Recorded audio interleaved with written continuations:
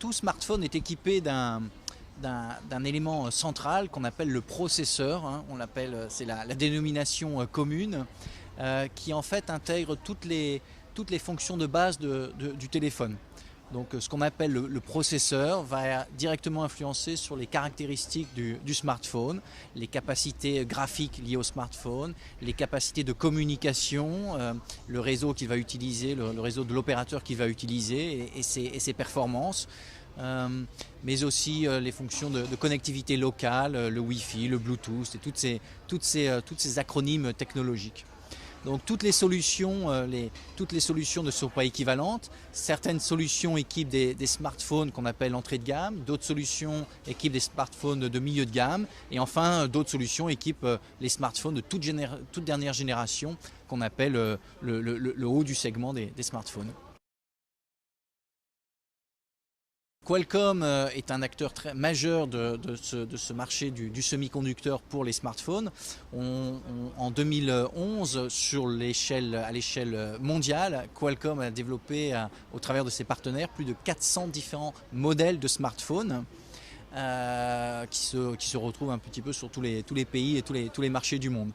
Donc on travaille avec tous les constructeurs usuels que vous connaissez et d'autres que vous ne connaissez pas. Et pour des volumes cumulés qui sont énormes. Donc on a plusieurs générations de plateformes, hein. On a introduit une génération qu'on appelle Qualcomm Snapdragon S1 en 2009.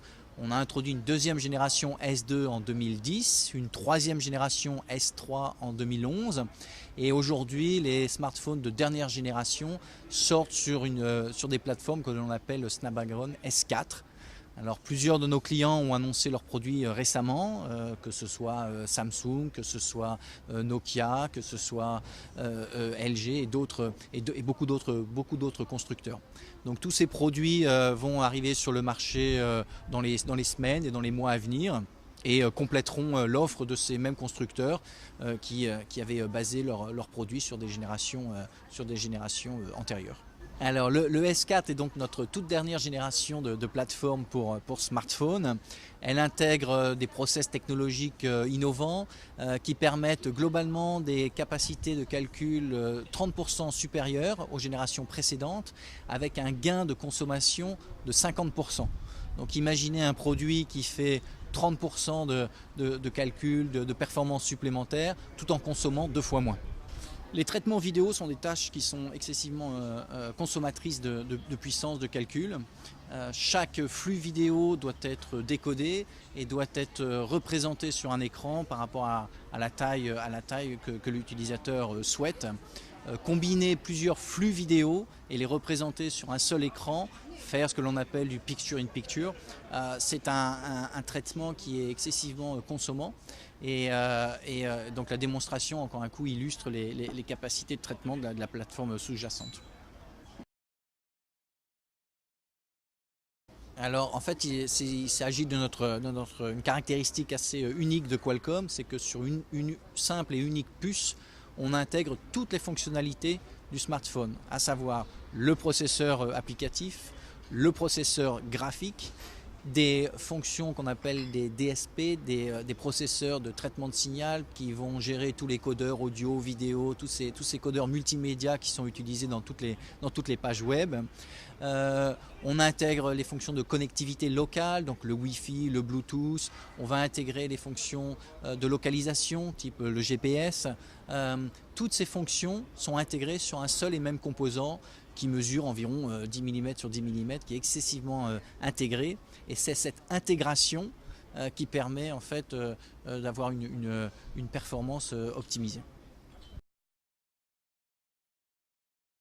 On appelle la gravure, c'est la dimension élémentaire du chipset, hein. C'est la taille que représente la fonction de base et qui est d'un chipset. Donc aujourd'hui, la gravure type de nos dernières générations sont ce qu'on appelle du 28 nanomètres. 28 nanomètres, c'est 28 milliardièmes de mètre. On a du mal à imaginer ce que ça représente, mais c'est une gravure qui est excessivement fine. Alors la gravure a un impact direct sur la consommation du composant. et sur la taille qu'il va avoir et sur l'espace qu'il va prendre sur la carte du téléphone.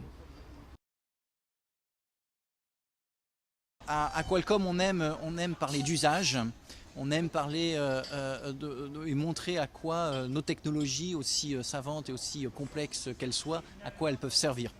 Donc plutôt que d'énumérer des caractéristiques technologiques qui ne sont pas forcément représentatives de l'usage que pourra avoir une personne derrière, on préfère communiquer sur les usages types qu'on peut avoir avec une plateforme plutôt qu'une autre. Donc aujourd'hui à cet événement à l'IQ de Qualcomm, on présente avec un certain nombre de nos partenaires sont venus présenter leur application et montrer comment ces applications peuvent utiliser au mieux les technologies mises à disposition par Qualcomm.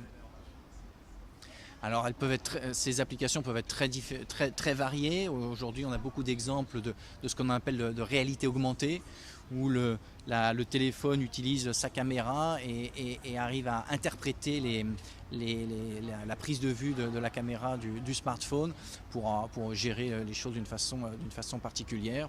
On met beaucoup l'accent aussi sur des applications de ce qu'on appelle de peer-to-peer, où les téléphones peuvent échanger entre eux et toutes sortes d'applications peuvent être créées sur la base de ces technologies.